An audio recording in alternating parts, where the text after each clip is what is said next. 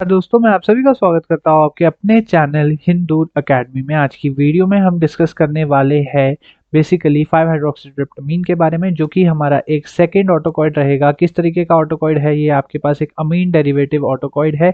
अमीन derivative ऑटोकॉइड्स में हम basically discuss कर चुके हैं अबाउट हिस्टामिन। हमारी प्रीवियस वीडियो में हमने हिस्टामिन के actions, biological action, pharmacological action, agonist और एंटागोनिस्टिक एक्शंस के बारे में रिलेटेड स्टडी किया है। उनसे रिलेटेड ड्रग्स को भी विद ट्रिक स्टडी करी है। आई हाईली रिकमेंड कि आप जाकर उन वीडियोस को जरूर देखिएगा।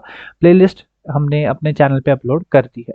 देखिए, अमीन डेरिवेटिव्स में मतलब कि यहाँ पे अमीन जो है एक मेजर कंपोनेंट होगा आपके पास आपके ऑटोकॉइड का। यहाँ पे अगर हम बात करें 5 हाइड्रोक्सीट्रिप्टामाइन की, तो 5 हाइड्रोक्सीट्रिप्टामाइन कॉमनली इसे हम बोलते हैं एज सेरोटोनिन। इसे कॉमनली हम बोलते हैं सेरोटोनिन। अगर आपने सुना होगा सेरोटोनिन क्या है, सेरोटोनिन बेसिकली वो हार्मोन है या फिर वो न्यूरोकेमिकल है आपकी बॉडी का that is responsible for happiness. It is responsible for happiness, that's why it is also called as happy hormone. ये आपकी बॉडी का हैप्पी हार्मोन रहेगा। इस वीडियो में हम बेसिकली डिस्कस करेंगे कि 5 हाइड्रोक्सीट्रिप्टामाइन का किस तरीके का फार्माकोलॉजिकल एक्शन होता है, किस तरीके का बायोलॉजिकल एक्शन रहता है बॉडी पे 5 हाइड्रोक्सीट्रिप्टामाइन से रिलेटेड रिसेप्टर्स। जो भी इंपॉर्टेंट ड्रग्स होगी विद ट्रिक्स हम नेक्स्ट वीडियो में डिस्कस आउट कर लेंगे। चलिए, सबसे पहले हम देखते हैं कि 5 हाइड्रोक्सीट्रिप्टामाइन बनता कहाँ से, इसकी प्रोडक्शन कहाँ से होती है। अगर हम बात करें ये neurotransmitter basically it is derived from an amino acid called as tryptophan. This amino acid is called as tryptophan. एक तरीके से इंडोल अमाइनो एसिड रहेगा। इसमें बेसिकली कौन सा न्यूक्लियस प्रेजेंट रहेगा? यहाँ पर इंडोल न्यूक्लियस प्रेजेंट रहेगा। तो एक इंपॉर्टेंट पॉइंट है यहाँ पे जानने। इंडोल न्यूक्लियस से मेरा मतलब यहाँ पे है कि जो आपके पास रिंग सिस्टम होगा या फिर हेट्रोसाइक्लिक सिस्टम रहेगा, वहाँ पे वो बाइसाइक्लिक सिस्टम रहेगा कुछ इस तरीके से। और साथ के साथ जो सेकेंड रिंग होगी वो 5 मेंबर रहेगी, जहाँ पे आपके पास नाइट्रोजन एटम आपको देखने को मिलेगा। कुछ इस तरीके से हमारे पास ये स्ट्रक्चर रहेगा इंडोल न्यूक्लियस का। That's why it is called as indole amino acid. हम किसकी बात कर रहे हैं यहाँ पे? हम ट्रिप्टोफैन के बारे में बात कर रहे हैं यहाँ पे। अब जब ट्रिप्टोफैन की हाइड्रोक्सिलेशन करोगे आप, हाइड्रोक्सिलेशन होगी इसकी, तो हाइड्रोक्सिलेशन पे ये बना देगा 5HT, जिसे हम बोलते हैं 5 हाइड्रोक्सीट्रिप्टामाइन कॉमन टर्म, या फिर एक एब्रीविएशन हो गई यहाँ पे 5 हाइड्रोक्सीट्रिप्टामाइन और 5HT। यहाँ पे पूरी तरीके से 5 हाइड्रोक्सीट्रिप्टामाइन नहीं बना है, अभी 5 हाइड्रोक्सीट्रिप्टोफैन बना है। यहाँ पे बेसिकली क्या बना है? 5 हाइड्रोक्सीट्रिप्टोफैन। तो अभी हमें ये इंपॉर्टेंट पॉइंट भी देखना है कि अभी भी आपके पास क्या नहीं प्रोड्यूस हुआ है, अभी भी आपके पास 5 हाइड्रोक्सीट्रिप्टामाइन प्रोड्यूस नहीं हुआ है। बेसिकली यहाँ पे मैं एंजाइम लिख देता हूँ, हाइड्रोक्सीलेज एंजाइम। हाइड्रोक्सिलेज एंजाइम बनाएगी 5 हाइड्रोक्सीट्रिप्टोफैन, और वही 5 हाइड्रोक्सीट्रिप्टोफैन कन्वर्ट इसकी डीकार्बोक्सिलेशन होगी। बेसिकली क्या होगी अब यहाँ पे? डीकार्बोक्सिलेशन होने के बाद ये बनाएगा 5 हाइड्रोक्सी ट्रिप्टामाइन, जो कि आप बोलोगे सेरोटोनिन। तो यहाँ पे प्रोडक्शन हो चुकी है सेरोटोनिन की अब अगर बात करें तो यहाँ पे स्टोरेज प्रोडक्शन हो चुकी है। सबसे पहला पॉइंट जो इंपॉर्टेंट था कि प्रोडक्शन या फिर प्रोडक्शन बेसिकली किस तरीके से प्रोड्यूस हो रहा है। सेकंड पॉइंट जो हमारे पास बेसिकली इंपॉर्टेंट रहेगा कि जो आपके पास 5 हाइड्रोक्सीट्रिप्टामाइन है ये कहाँ पे प्रेजेंट होता है, इसकी अकरेंस कहाँ पर होगी। तो अकरेंस से रिलेटेड भी देख लेते हैं। बेसिकली जो 5 हाइड्रोक्सीट्रिप्टामाइन है वो 90% of the 5 hydroxytryptamine is present in your intestines. It is present in intestine. 90% जो होगा इंटेस्टाइन में प्रेजेंट होगा। इंटेस्टाइन में भी कौन से पोर्शन में? डुडोनियम पोर्शन में प्रेजेंट होगा, डुडोनियम में प्रेजेंट होगा। सो ये एक इंपॉर्टेंट पॉइंट है, जीपैट 2016 में ये क्वेश्चन पूछा जा चुका है। नेक्स्ट इंपॉर्टेंट पॉइंट के बारे में अगर हम बात करें कि हमारे पास जो बाकी का 10% है वो कहाँ पे है। बाकी के जो 10% आपके पास 5 हाइड्रोक्सीट्रिप्टामाइन या सेरोटोनिन होगा, बाकी का जो 10% है वो कहाँ पे प्रेजेंट होगा? बेसिकली ब्रेन में प्रेजेंट होगा, and it will be present in your platelets, in your blood platelets it will be present, platelets। so एक important point है यहाँ पे। कहाँ पे अकरेंस देखने को मिलती है? अकरेंस जो रहेगी वो रहेगी आपकी बेसिकली इंटेस्टाइन में और रहेगी आपकी ब्रेन एंड प्लेटलेट्स में। इस पॉइंट को आप हमेशा याद रखिएगा। तो चलिए, यहाँ पे 5 हाइड्रोक्सीट्रिप्टामाइन से रिलेटेड हमने कुछ सारे इंपॉर्टेंट पॉइंट्स को डिस्कस कर लिए। एक इंपॉर्टेंट पॉइंट रहता है उसको भी डिस्कस कर लेते हैं कि 5 हाइड्रोक्सीट्रिप्टामाइन हमें प्लांट्स में भी देखने को मिलता है। कहाँ पे देखने को मिलता है? ये प्लांट्स में भी देखने को मिलता है। कौन से प्लांट्स या फिर कौन से फ्रूट्स में देखने को मिलता है? अगर हम बात करें यहाँ पे बेसिकली सबसे ज़्यादा कहाँ पे देखने को मिलेगा, ये देखने को मिलता है प्लांट्स में, और प्लांट्स में भी बेसिकली फ्रूट्स है, कोई स्पेसिफिक फ्रूट्स है जहाँ पे हमें देखने को मिलता है, जो कि है बनाना, बनाना एंड योर पाइनएप्पल। इसलिए बोला जाता है कि अगर आपको सोना है, देखिए वैसे तो I don't recommend eating banana before sleep, because वो थोड़ी से मेरा personal point of view indigestion भी कर देता है कई बार। लेकिन जो अगर हम बात करें, अगर आपको एक अच्छी स्लीप चाहिए या फिर अगर आपका मूड अच्छा करना है आपने, तो यू कैन ईट अ बनाना। मेरा पर्सनल पॉइंट ऑफ व्यू है, एंड ये कई मेडिकल रिसर्चर्स भी बोलते हैं कि अगर आपको अपना मूड एक शॉर्ट पीरियड ऑफ टाइम के लिए या फिर एक शॉर्ट स्पैन के लिए अच्छा करना है, तो हम बनाना का यूज कर सकते हैं, क्योंकि बनाना हैज एन सेरोटोनर्जिक एक्टिविटी, उनमें सेरोटोनिन प्रेजेंट होता है, और सेरोटोनिन हमारी बॉडी पे एक तरीके से हैप्पी हार्मोन का काम करता है। इसका हमेशा आपने याद रखना है, और हैप्पी हार्मोन का काम कर रहा है तो इसका मतलब ये है कि ये कई सारे सीएनएस डिसऑर्डर जैसे डिप्रेशन, एंजाइटी, इनमें भी यूज होगा। किस तरीके से यूज होगा उसके बारे में चलिए अब आगे डिस्कस करते हैं। बेसिकली अब अगर हम बात करें यहाँ पे कि जो रिसेप्टर, सबसे पहले अगर हम बात करें यहाँ पे, सबसे पहला पॉइंट आ जाता है कि 5-हाइड्रोक्सीट्रिप्टामाइन बना तो दिया हमने, बॉडी ने बना दिया, बॉडी ने सिंथेसाइज कर दिया है। अब वो 5-हाइड्रोक्सीट्रिप्टामाइन या फिर सेरोटोनिन, मैं सेरोटोनिन बोलता हूँ, वो सेरोटोनिन अब आपकी बॉडी में कहाँ जाके एक्शन प्रोड्यूस करेगा और किस तरीके का एक्शन प्रोड्यूस करेगा, तो चलिए ऐसे आइडेंटिफाई करते हैं। सबसे पहले हमें देखना पड़ेगा कि हमारे पास सेरोटोनिन के लिए रिसेप्टर्स कौन कौन से रहेंगे बॉडी में। तो ये एक इंपॉर्टेंट पॉइंट है, तो इस पॉइंट को जरा ध्यान से सुनिएगा। सबसे पहला पॉइंट है यहाँ पे, जितने भी आपके पास सेरोटोनर्जिक रिसेप्टर्स होंगे, all are GPCR, that is G protein couple receptors, except, मैं यहाँ पे दूसरे कलर से इंडिकेट कर देता हूँ ताकि आपको आसानी है समझने में, एक्सेप्ट, एक्सेप्ट 5-हाइड्रोक्सीट्रिप्टामाइन 3 रिसेप्टर, 5HT 3 रिसेप्टर के अलावा जितने भी आपके जीपीसीआर रिसेप्टर होंगे, that will be what they are, GPCR, they are G protein couple receptor. तो एक इंपॉर्टेंट पॉइंट यहाँ पे क्लियर आउट हो चुका है, आई होप। नेक्स्ट पॉइंट पे आते हैं अब। नेक्स्ट पॉइंट ये बोल रहा है कि आपके पास कितने टाइप के 5-हाइड्रोक्सीट्रिप्टामाइन रिसेप्टर्स है। बेसिकली जो इनके सब टाइप्स रहते हैं वो 7 रहते हैं, 5HT1 to 7, 5HT1 to 7। तो इसका एक आप फ्लो चार्ट बना देते हैं ताकि फ्लो चार्ट से आपको समझने में आसानी हो सके। तो चलिए फ्लो चार्ट बनाते हैं। सबसे पहले यहाँ पे लिख देते हैं receptors for the serotonin, and चलिए अब सबसे पहले आ जाते हैं आपके पास 5-HT1 रिसेप्टर्स। बेसिकली कौन से 5HT1 रिसेप्टर्स आ गए।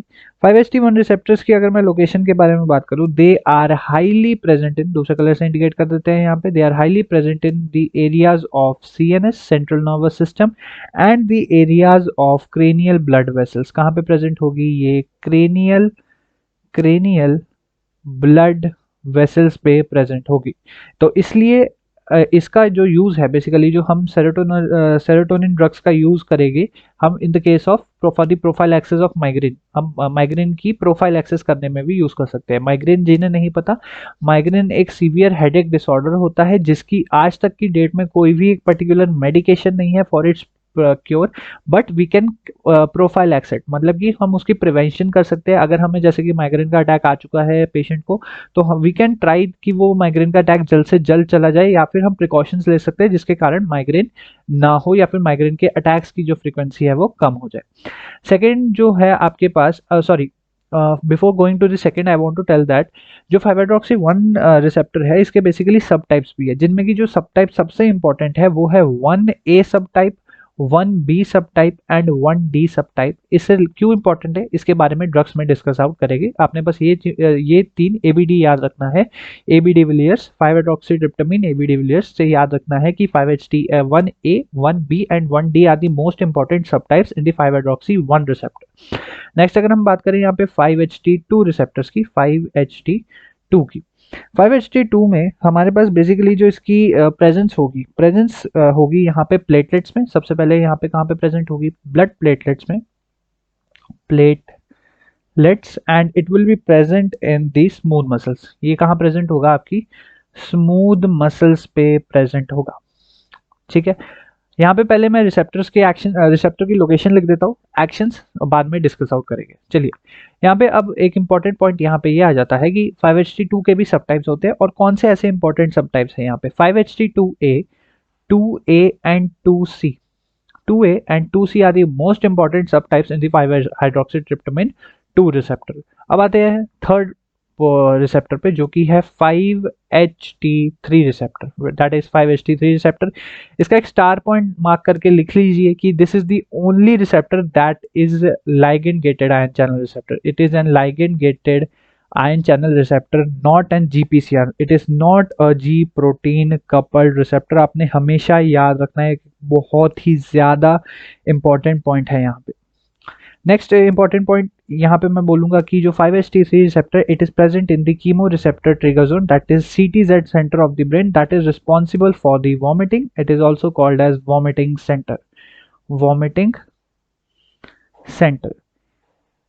नेक्स्ट अगर हम बात करें यहाँ पे इसकी और कहाँ पे प्रेजेंट होगी, और यहाँ पे इसकी कोई भी क्लिनिकल सिग्निफिकेंस अभी तक 5-हाइड्रोक्सीट्रिप्टामाइन 3 की देखने को नहीं मिली है, जो कि मेन जो देखने को मिली है वो देखने को मिली है इन दी CTZ zone, that is chemo receptor trigger zone. अब आते हैं 5HT4 पे, एक काफी इंपॉर्टेंट रिसेप्टर है, इसको भी थोड़ा ध्यान से देखिएगा। 5HT4 रिसेप्टर बेसिकली प्रेजेंट होगा आपकी GIT में, गैस्ट्रो इंटेस्टाइनल ट्रैक्ट में प्रेजेंट होगा, GIT। बहुत इंपॉर्टेंट पॉइंट है, आई होप आपको क्लियर आउट हो गया होगा। और GIT में बेसिकली अब इसका कहाँ पे यूज होगा, it will be used in the gastrointestinal reflex diseases and it will also be used as a prokinetic drug, मतलब कि GIT में फॉरवर्ड मूवमेंट करवाने में मदद करता है बेसिकली। अब यहाँ पे अगर मैं बात करूँ 5HT5 और 5, 6 एंड 7 की, यहाँ पे अगर हम बात करें 5HT5, 5, 6 और 7 रिसेप्टर्स की, तो इनकी क्लिनिकल सिग्निफिकेंस इतनी कम देखने को मिली है, काफी कम देखने को मिलती है, और इनकी जो प्रेजेंस है वो ज्यादातर सेंट्रल नर्वस सिस्टम में देखने को मिलती है। तो यहाँ पे हम क्लियर आउट कर चुके हैं कि हमारे पास कौन कौन से रिसेप्टर्स होते हैं। सबसे पहले 5-हाइड्रोक्सीट्रिप्टामाइन 1 रिसेप्टर, नेक्स्ट है हमारे पास 5-हाइड्रोक्सीट्रिप्टामाइन 2, 5-हाइड्रोक्सीट्रिप्टामाइन 3, 5-हाइड्रोक्सीट्रिप्टामाइन 4, 5-हाइड्रोक्सीट्रिप्टामाइन 5, 6 एंड 7। तो ये रिसेप्टर की लोकेशंस के साथ हमने यहाँ पे क्लियर आउट कर दिया है। अब यहाँ पे देखते हैं कि एक्शन कौन कौन से हो गए यहाँ पे, तो वो एक इंपॉर्टेंट पॉइंट है यहाँ पे। 5HT1 रिसेप्टर बहुत इंपॉर्टेंट है, ध्यान से सुनिएगा। 5HT1 का बेसिकली जो सबसे ज्यादा यूज रहता है, that is used in the anxiety. Anxiety में, एंजाइटी की ट्रीटमेंट के लिए हम 5-हाइड्रोक्सीट्रिप्टामाइन 1 रिसेप्टर का यूज करते हैं। जो भी ड्रग्स यहाँ पे एक्ट करेगी या फिर जो सेरोटोनिन यहाँ पे एक्ट करेगा, it will act as a partial agonist. हमारे पास कुछ ड्रग्स है जैसे बसप्रायोन, जो कि क्रॉनिक एंजाइटी की ट्रीटमेंट में मदद करती है। तो एंजाइटी एक इंपॉर्टेंट ड्रग हो गई यहाँ पे। नेक्स्ट यहाँ पे बात आ जाती है blood vessel, cranial blood vessels के बारे में अगर हम बात करें, यहाँ पे एक इंपॉर्टेंट पॉइंट है, थोड़ा ध्यान से सुनिएगा। क्रेनियल ब्लड वेसल्स पे हमारी यहाँ पे basically vasoconstriction करेगी, they will be vasoconstricting the blood vessels, they will be vasoconstriction का एक्शन देगी। हमारे पास माइग्रेन की कंडीशन में क्या होता है कि एक्सट्रीम डायलेशन हो जाती है क्रेनियल ब्लड वेसल्स की, तो उस कंडीशन को ट्रीट करने के लिए कॉन्ट्रैक्शन चाहिए होती है, जो कि 5-हाइड्रोक्सीट्रिप्टामाइन 1 से यूज की जाती है। और 5-हाइड्रोक्सी कौन से रीजन से, बी और D, B and D will be responsible for the vasoconstriction and will be used in the profile axis of migraine, whereas 5HT1A will be responsible in the treatment of anxiety, that is chronic anxiety। तो एक important point यहाँ पे clear हो गया। 5HT1A से आपने याद रखना है, A से एंजाइटी, B एंड D से ब्लड वेसल की डायलेशन को इनहिबिट करना, BD इनहिबिशन मतलब ब्लड वेसल की डायलेशन को इनहिबिट करना, मींस वेसोकंस्ट्रिक्शन करना।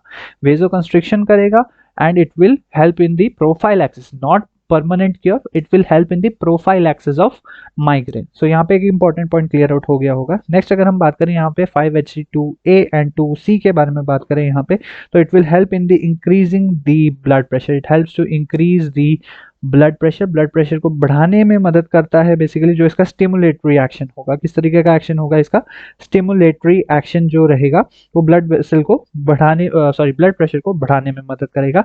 अगर हम बात करें यहाँ पे 5-हाइड्रोक्सीट्रिप्टामाइन 3 की, तो it will help in the production of vomit, basically vomit produce करेगी और इसकी इनहिबिशन होती है, इस रिसेप्टर को ब्लॉक किया जाता है। उसके लिए एंटागोनिस्टिक ड्रग्स होती है हमारी, वो हम ड्रग्स में आइडेंटिफाई करेंगे। बेसिकली जो रहती है ऑन्टेनसेट्रॉन, ग्रेनिसेट्रॉन, सेट्रॉन क्लास की ड्रग्स रहती है, जो 5-हाइड्रोक्सीट्रिप्टामाइन 3 रिसेप्टर को ब्लॉक करती है और वॉमिटिंग को रोकती है। साथ के साथ GERD disease, gastrointestinal reflex disease में हमारे पास 5HT4 रिसेप्टर इंक्लूडेड रहता है। बेसिकली जो आपकी प्रोकाइनेटिक मूवमेंट है, forward movement of your GIT, that is the GERT के बारे में मैं बात कर लेता हूँ यहाँ पे। GERD that is gastro intestinal reflex disease, that is the prokinetic sorry increasing the prokinetic activity. तो उसमें बेसिकली आपके पास आ जाती है मीटोक्लोप्रोमाइड क्लास की ड्रग्स आ जाती है। ड्रग्स मैं बार बार कह रहा हूँ कि हम नेक्स्ट वीडियो में डिस्कस आउट करेंगे। यहाँ पे हमें रिसेप्टर के और बेसिकली जो एक्शंस है वो बेसिकली यहाँ पे क्लियर आउट हो गए। एक इंपॉर्टेंट पॉइंट है हमारे पास यहाँ पे, वीडियो को खत्म करने से पहले एक लास्ट इंपॉर्टेंट पॉइंट को डिस्कस आउट कर लेते हैं यहाँ पे, जो कि है बेसिकली न्यूरो ट्रांसमिशन से रिलेटेड। कि हमारे पास जो 5 हाइड्रोक्सी ट्रिप्टामिन या फिर जो सेरोटोनिन है, बेसिकली अगर हम बोले सेरोटोनिन, इसमें न्यूरो ट्रांसमिशन में इसका बहुत ही इंपॉर्टेंट रोल रहता है। तो न्यूरो ट्रांसमिशन में हमारे पास क्या इंपॉर्टेंट पॉइंट है उसको डिस्कस आउट कर लेते हैं। चलिए जल्दी से स्टार्ट करते हैं, बहुत ही छोटा टॉपिक है, इजीली क्लियर आउट हो जाएगा। यहाँ पे हमारे पास एक नर्व आ गई, नर्व एंडिंग आ गई, ये दूसरे नर्व की स्टार्टिंग पॉइंट आ गया, ये बीच में हमारे पास क्लेफ्ट आ गई, साइनैप्स आ गई, ये सारी आपके साइनैप्स एरिया हो गई।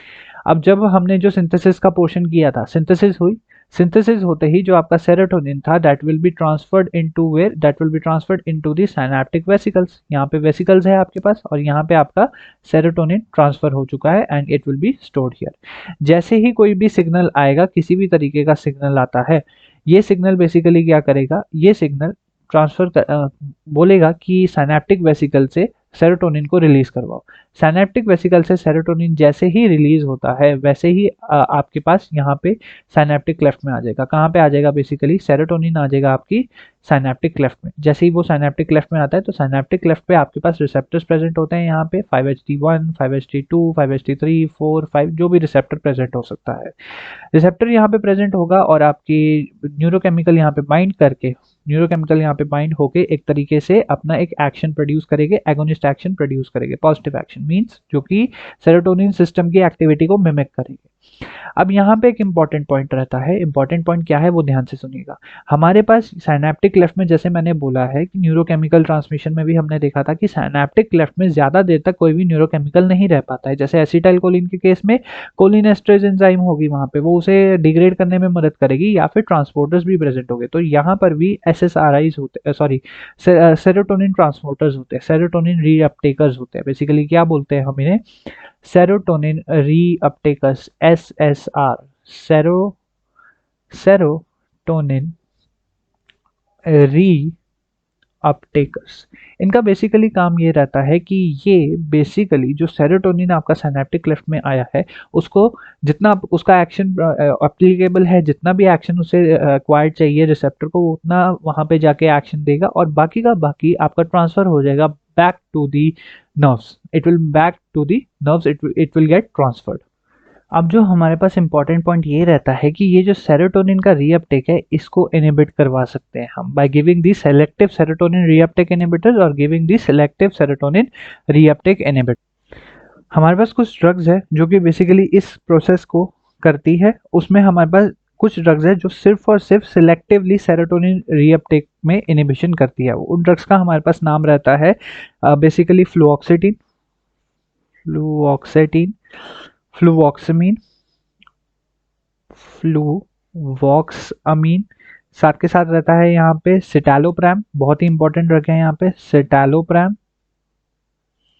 एंड डेपोक्सिडिन। ये कुछ ड्रग्स है और इनके हमारे पास जैसे सिटालोप्रैम का इस एसिटालोप्रैम हो गया और हमारे पास डेपोक्सिडिन की कुछ ड्रग्स होगी। ये कुछ इंपॉर्टेंट ड्रग्स है जिनका यूज हम as an anti depressant drugs करते हैं। जैसे कि मैंने लेक्चर के स्टार्टिंग में भी बोला था कि हमारे पास जो 5-हाइड्रोक्सीट्रिप्टामिन है एक हैप्पी हार्मोन है, इसलिए इसका जो यूज रहता है हम बेसिकली डिप्रेशन के केस में भी करते हैं। तो डिप्रेशन के केस में किस तरीके से करते हैं, हम बेसिकली सेरोटोनिन के रीअपटेक को इनहिबिट करवा देते हैं।